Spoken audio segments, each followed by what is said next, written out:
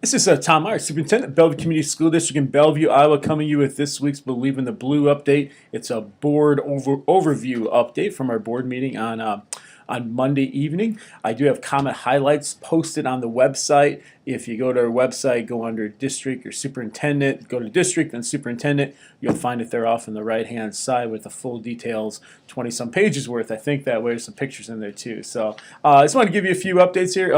Our girls basketball team won last evening against North Cedar, so they play Friday evening against Sumner Fredericksburg, and that is at Dyersville Beckman. Start time is 7 o'clock. Once again, Friday night at 7 o'clock. Hope to see you there. And then if they do win that, then they would play the regional final.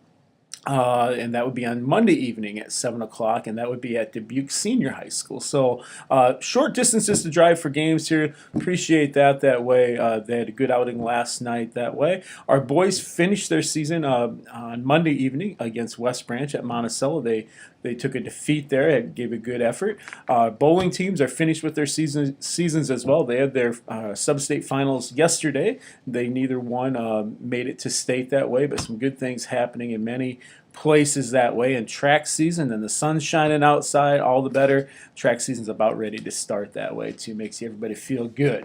As long as we get rid of the ice so I don't fall anymore. But anyway, we had the board meeting the other night. We had open enrollments. We approved about 9 open enrollments into the Bellevue District, none out of the Bellevue District.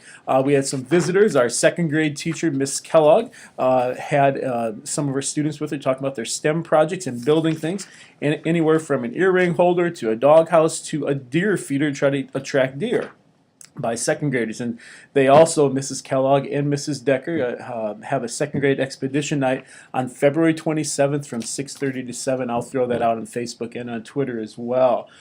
So that was our Comet curriculum presentation. We had some other visitors there too with the Comet facilities master plan discussion. Some people from the architectural firm Leggett that way. And then we had Dave Heyer from Jackson County Economic Alliance here to talk about that as well, along with Kurt Ernst, Alan Ernst, and Ryan Putman, along with some of our board members, specifically Allison Boniface and Janet Severning, who've been involved with that core team meetings, along with other members, also Mike Reed and Kevin Lundeen, and then actually Martha Henning was gone for a reason that way too. But we started with, why do we need a new elementary school? For one thing, we have the oldest operating elementary school in the state of Iowa.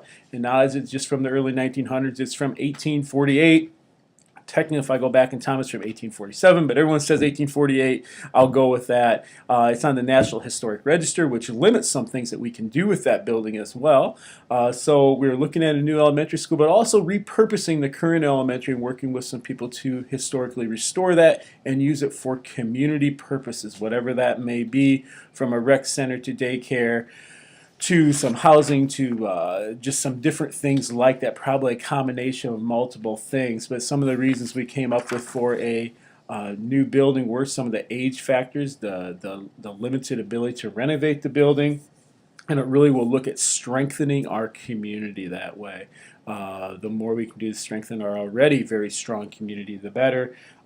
We have issues there with economic issues, with energy. We have there's no space for STEM areas, those collaborative learning spaces, which are so needed now in comparison to even 10 years ago, let alone 20 years ago. Our staff does an outstanding job with it that way, but there are some things we need to work on that way. I do, on the comment highlights, it has a whole list of why a new elementary school, anywhere from electrical to the energy efficiency to collaborative learning areas to testing areas to classroom space to community gathering areas. Right now we have limited space at the elementary building for that as well, but that is all on the website. I encourage you to go to that and also put the link on Facebook and Twitter as well, so you have that. So the board decided to continue work with the architectural firm for $15,000, some pre-referendum meetings. They'll do a floor plan, an outside look of the building, and an outside look of the grounds around the building. One thing we need to figure out yet, though, is still where will that building be built at? We are working on that right now, having some land assessed and going through some processes in that way. And I hopefully will be able to tell you in a month or two where that will be and what the process is. We really want to get things kicked off here in June and July. And right now, looking at a referendum potentially in September, depending on how things go. But the high-quality learning spaces, the safety and accessibility of our students as well. A lot of our doorways are too narrow for a wheelchair, for people to get through with a walker. We have some non-compliance fire issues that way that we've been grandfathered in for, but for the safety of our students and for the betterment of our students that way, along with those outdoor learning spaces and green spaces as well. So there's a lot of different reasons there, and I've kind of jumped around telling you those, but I think that's important to recognize that there are multiple reasons for this that way. And you'll be hearing a lot from myself, but more importantly from some community members talking about this as well, and board members and teachers and things like that. So just to recognize some of those things, we will have a petition out there eventually to go through some of that process as well. But anytime you ever have a question, let me know. We will have some more community engagement meetings coming up. Those are outstanding attendance, the last two we had. We'll have more of those scheduled in the future, along with tours of the elementary building if anyone wants to take a tour, and some explanation of what that will actually mean for your tax dollars with a referendum. The one thing I will tell you, in the Dubuque Telegraph Herald actually had an article today which was not 100% accurate. It is 405 per thousand, but there are rollbacks on that. It's not straight that, and it's what it's assessed at, not what you think it's valued at. Farmland is different than a house, which is different than commercial. To give you a rough estimate, a $200,000 house will have an increase of taxes of about $35 a year. That just gives you a general idea where we're at. And farmland has a similar rollback that way too. It's not what you think it's worth, what it's assessed at as agricultural land and things like that. So I've talked about that before, but I just wanted to let you know that again. We also will be creating a Bellevue Votes Yes group that way. We have a Facilities Committee meeting on February 27th. For those involved in our Facilities Committee, that team will get together again and move on from there. So you'll hear more about this in the future. I'm going to move on to other things now. We did talk about some facilities planning, though. We took a tour of our middle school locker rooms, some accessibility issues there, and some water issues we have there, and looking to redo some things in those areas with some of our funds. And we will probably get that done this summer. We'll also look at the high school hallway, the lighting there, and the ceiling tile and the floor. Looking to do the lighting and the ceiling tile this year, and probably the floor next year or the year after, just to improve the brightness of it. Some other areas as well. We visited the West Gym, the multi-purpose gym. We're putting in a different floor right now there, and that is going really well. Check out some Facebook and Twitter later on today. I'll show you a quick glimpse of the floor. It'll be a wood floor going over the rubber floor that we have. The most economical fix we could have for it that way to get better traction and better use overall for our students, athletes, and our community as a whole. It'll be a parquet looking floor. It'll look very nice. It's a lighter color now than when you see it when it will be finished, and everything like that, but you'll get a good idea of what it's like.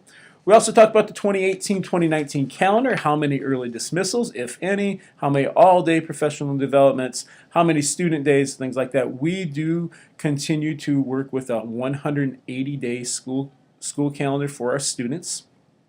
Some people have reduced that. We meet our hours. Excuse me, 1,080 hours we have to have as a school.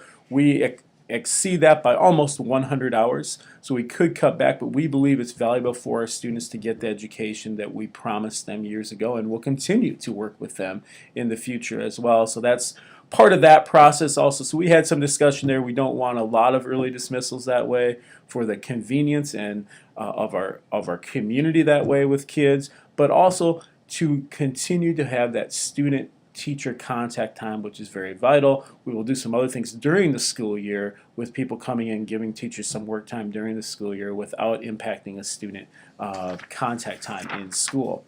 We'll work on that. There'll be a hearing on that at the April meeting. We'll give more information in March, but there always has to be a public hearing before a school calendar is passed, so that will be in April, but I'll give you an update in March as we progress along there. I'll also talk about some legislative issues that way. Just a quick summary of those. There is a chance they may extend the PEPL or the SAVE fund, they may extend the SAVE fund, which is the 1 cent money, the 1 cent tax that is currently in effect till 2029. There's talk of extending it till 2049 or 2050. Have some limitations on that, but that would be very valuable for us. When I talk about the improvements we were going to make in the locker room, the hallways, we have a parking lot we need to do some work on, that's where those funds come from. Without those funds, it really limits us and puts more of a burden on taxpayers, frankly. So that's one thing that way. We talked a little bit about a civics exam in the future that way. State funding is probably going to be 1% that way. They still do not know what our new statewide assessment is going to be, or are we going to continue with the Iowa assessments? We went from Iowa assessments, talked about Smarter Balance, virtually approved, last minute not approved. Then we went with AIR, virtually approved. Now they're talking about going back to Iowa assessments. Ultimately, we need to find an assessment that matches up to the Iowa core, that Common Core that we're using right now. The Iowa assessments do not. We'll see where it goes from there. We continue to teach and we continue to measure our students' learning on a daily basis, weekly basis, monthly basis to see where they're at. You know, those summative and those formative assessments are very important for us to recognize where our kids are at in their learning, or where your kids are at in their learning that way. The COMET curriculum, or COMET reading and reflection, we did not have a reading and reflection this month. We had a lot of things to read with the architectural stuff and the master plan. There are copies of the master plan out here as well. I should mention some information items, but the Beyond the Blue, that kind of like that Hall of Fame, you would say, for graduates who have done something special after their graduation, being out of school for about 10 years. We asked for nominations for those people. We had an outstanding group of nominees this year. Once again, after starting it last year, we had 4 recipients. This year we have 4 more again. I'm not at the I can't release that information right now. You will see that soon. The people are being notified who were selected that way. Just an outstanding group again, from local people to people working internationally. Outstanding group and a great honor for our graduates that way. What do you do after you leave the Bellevue Community School District, okay, to improve life for others, to inspire others, to help others, whatever the case may be? And we have some outstanding people who have been nominated, and more that I know will be nominated in the future as well. Giving a school survey on school climate for our students and our staff that way as well. Have some COMET updates here. I want to mention Hunter Clausen, wrestling. He has qualified for the state tournament. This is 3 years in a row. We've had someone qualify, 3 or 4 years in a row. We've had someone qualify. Hunter's first time out there. Is an individual. He's a junior. Has worked extremely hard. Very dedicated. Was first team All-State in football. But here he is making it out to the state wrestling tournament as well as a junior. He will wrestle on Thursday evening at 6:30, and depending on how things go, he could wrestle again Friday and then possibly on Saturday again. But Thursday at 6:30 is when his session starts out in Des Moines. So good luck to Hunter that way. We've had FFA judging teams doing very well as well, getting first out of 28 teams recently at the Iowa Beef Expo in Des Moines. So wonderful things there. Mrs. Hartung Schrader, the elementary principal, shared some things on the social studies standards that way and what we were doing with them at the elementary. I shared some information about the middle school, high school. Mr. Raker, the middle school, high school principal, was actually going to the basketball game that night, so he could not attend.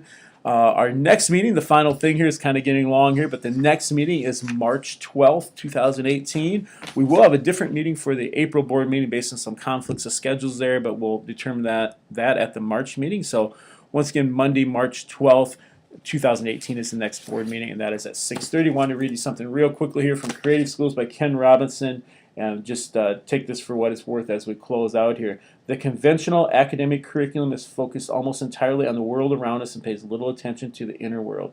We see the results of that every day in boredom, disengagement, stress, bullying, anxiety, depression, and dropping out. These are human issues, and they call for human responses.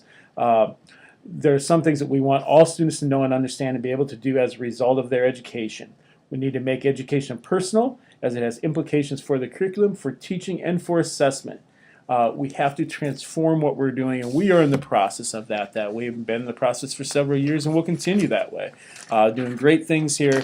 It is, what are you learning, then how can you apply what you're learning? If you just think of those two things, certain things we're learning, how am I how am I applying, or how can I apply this learning? How is it relevant to me? So on that note, it's been way too long. Have a great day. The sun's out today. We'll go from there, and hopefully it stays nice weather. Have a great one, everyone.